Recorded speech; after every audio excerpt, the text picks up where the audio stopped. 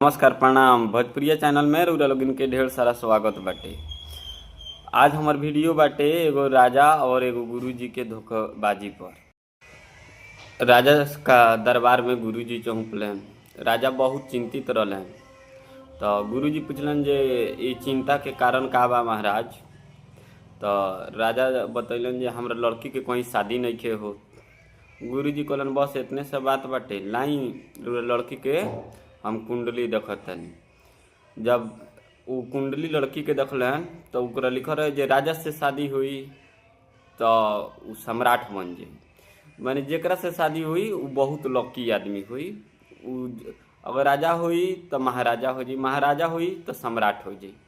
अभी गुरुजी के मन में लड़की के कुंडली देख के लालच आ गई। योजना बनैनी कि काहे ना लड़की से हम ही शादी कली। ओकरा बाद राजा पूछलन का लिखल बा महाराज। तो लिखल बा ये है जे लड़की से शादी करी ओकर मृत्यु हो जाई। बल्कि यहाँ गुरुजी झूठ बोल दिलन। राजा बहुत चिंतित हो गईलन। राजा कहलन महाराज एकर कोनो काट निकालल जा।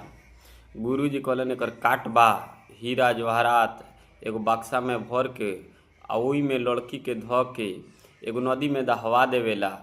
दहवाइला के बाद जे एकरा के खोली अगाड़ी ओकरे से लड़की के विवाह हुई।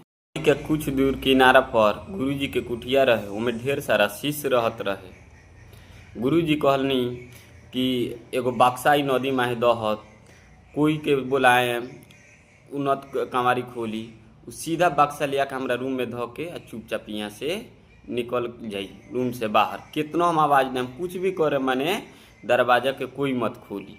गुरुजी के बात मननी।